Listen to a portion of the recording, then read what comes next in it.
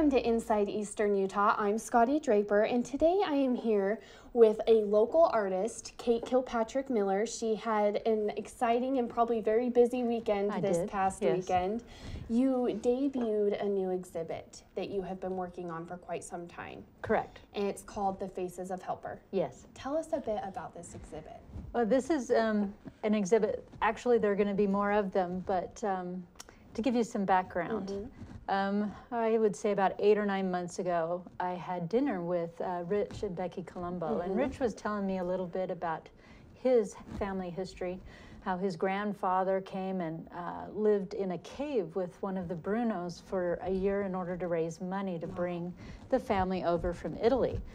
And I thought on that, and I'm like, that's a great story, and I think I just put it on the back burner like we all do. And then I can remember it was a sunny Sunday morning. I went, I'm going to do this. Light bulb. Yeah. Where I'm like, there's got to be other wonderful stories like that and in Helper. And I thought, why don't I do that? Why don't I paint portraits? And I'm actually recording people's stories. So I will have their, I actually have, you know, their voice, which I think is a special thing.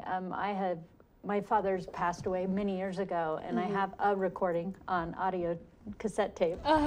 But it's neat to hear his voice because it's been so long, and I hope prosperity likes that. So that was the thought behind Oh, that's great. You know, Helper really does have such a rich history, and so do the families that have found themselves there. Now, tell us a little bit about how you found yourself in Helper. Well, so I was, actually I had really cool parents who put me into art lessons as a kid. And so I was introduced to oil paints when I was about 10 years old. And I've always wanted to be an artist, but like many of us, life happened. And I had kids, and I had to like provide for them, and so on and so forth. And I was in a very tech type of job, with litigation support.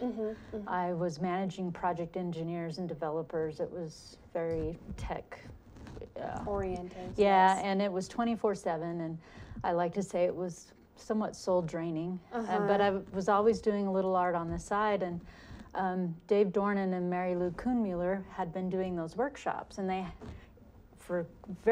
for a lot of years, I don't know how many, and they had John Erickson, a University of Utah professor, teaching one, and I found out about it because I was doing a brown bag life drawing class at the university on Saturdays, and I thought, oh, I like his work, let's try it. And I came to Helper, and it was a week long of intense workshop. Loved it, loved the town, came back for their arts festival. Yes, of course. And loved that, and I'm like, I gotta come here. I gotta live here. I love it here. And so it took about a year to get my finances in order and everything else, and here I am. And you've been here how long now? 6 years. 6 years, and you came from?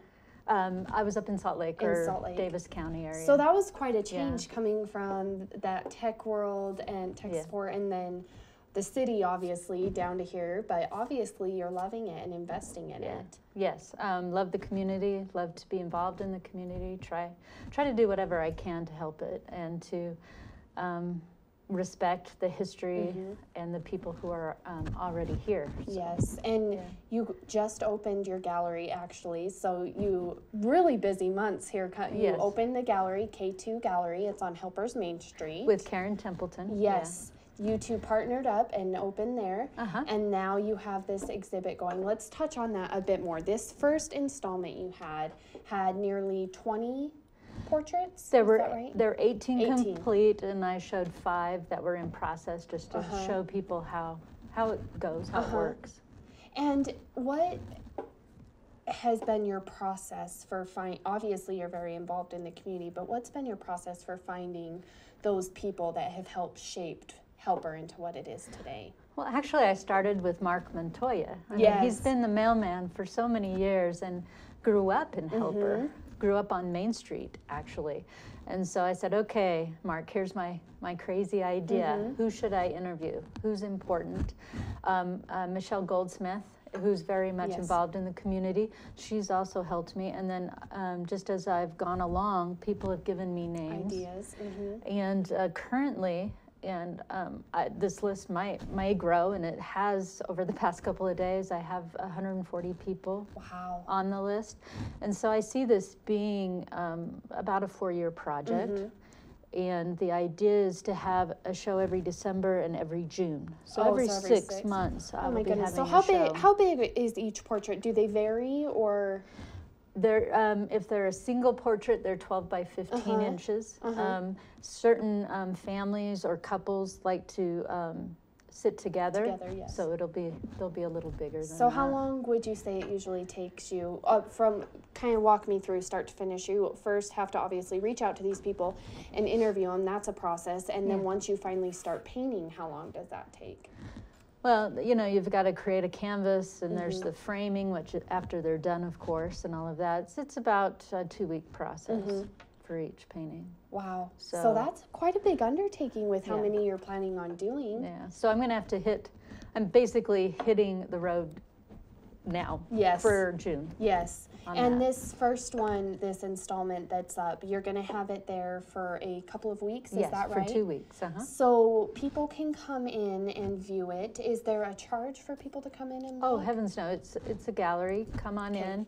We're open Thursday through Saturday, 1 to 6 p.m., and Sunday from 10 a.m. to 3 p.m.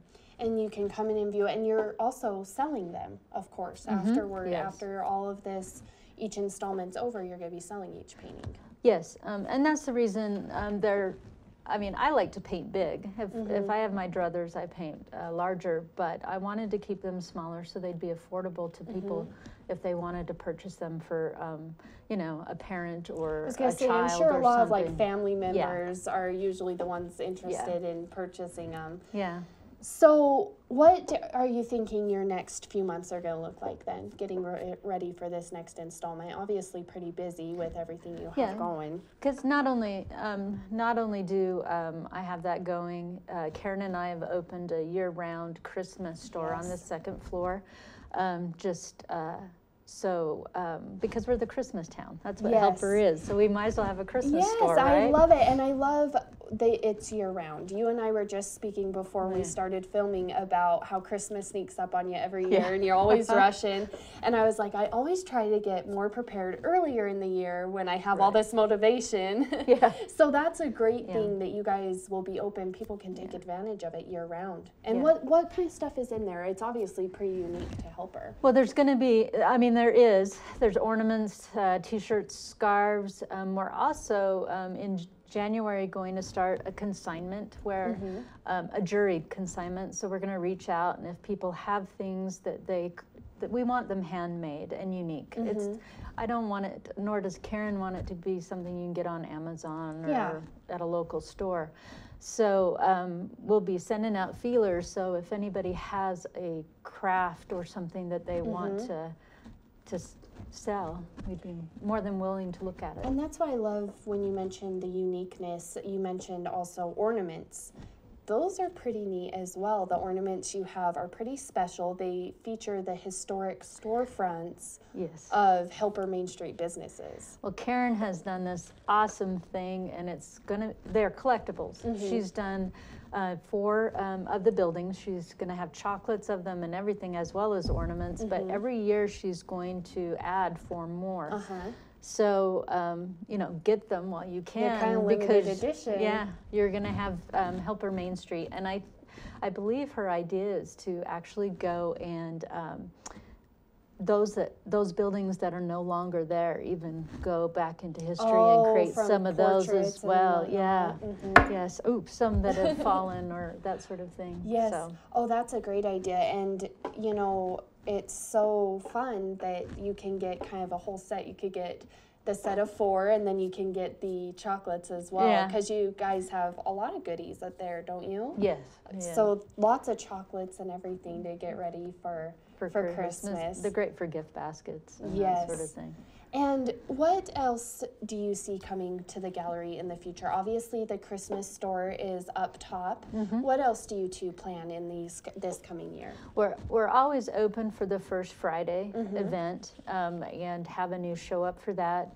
We'll be doing some single shows. So what I mean by that is the Helper Faces is a solo show of mine. Karen will be doing 2 solo shows this year, and then we'll be also doing 2 more together, or a collaboration. Yeah, show. And you guys are also working on hosting some workshops, is that right? That is correct. I think we're going to start with some sculpture workshops. There's a lot of paint workshops going on right now, so we want to bring something different. Yes. But if people are interested, we'll for sure be doing paint workshops and drawing workshops, those type of things as well. Well, it sounds great. You guys have only been open there on Main Street for a couple of months, and you've just since August for the festival. Wow. So you just dove right in, and you guys are just looking to the future, and it sounds like great things are coming. Yeah, we're very, Karen as well is very interested in supporting and helping the community, and we think one of the best things we can do is to be open and to bring people to Main Street and try to put some buzz there. Yes. Well, I think you guys are certainly doing a great job. If you haven't stopped by the gallery, be sure you do. You guys are located at right next to the Strand Theater, right? Yes, I like to, those who've been around for quite a few years know it as Franny's Barber Shop. So, yeah, we're right there in Franny's spot. Perfect. Yeah. So be sure to stop by, and stop by soon, because you can get ready for Christmas at the Christmas shop, and you can also view the Faces of Helper for the next couple of weeks. Right. And then be sure to look out for all that's coming in this next year. They can follow you guys on social media, stay up to date with everything that's going on. Yes. So we appreciate you joining us and taking some time, and just appreciate all that you're doing in Helper. It sounds like great things are happening. Thank you for having me. I appreciate it. Yes. Well, stay tuned. We're going to be back in just a few minutes with more from Inside Eastern Utah.